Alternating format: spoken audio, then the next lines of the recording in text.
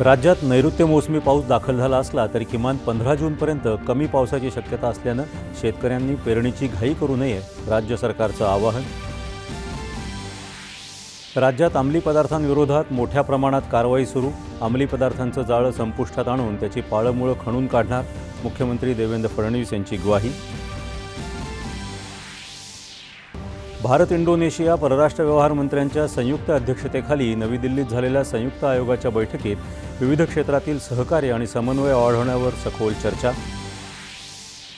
भारताच्या सार्वभौमत्वाला धोका पोहोचवण्याचा कोणताही प्रयत्न पंतप्रधान मोदींच्या समर्थ नेतृत्वामुळे भारताच्या हितशत्रूंवरच उलटेल, व्लादिमीर पुतिन यांनी पुन्हा केली पंतप्रधानांची प्रशंसा. अमेरिका आणि इराण यांच्यातील संघर्षाला 100 दिवस पूर्ण. या संघर्षाचं व्यापक प्रादेशिक संकटात रूपांतर. राजनैतिक प्रयत्नांना न जुमानता आखाती प्रदेशातील तणावात वाढ.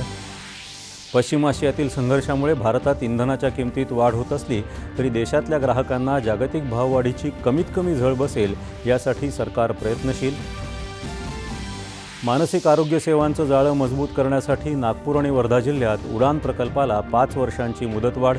मानसिक आरोग्य सेवांसाठी स्वयंसेवी संस्थांची सामंजस्य कराराला मंजुरी.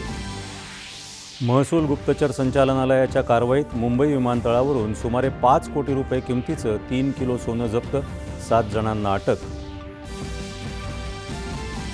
सॅफ फुटबॉल स्पर्धेतील विजयाबद्दल राष्ट्रपती, उपराष्ट्रपती आणि पंतप्रधानांनी भारतीय महिला फुटबॉल संघाचं केलं अभिनंदन.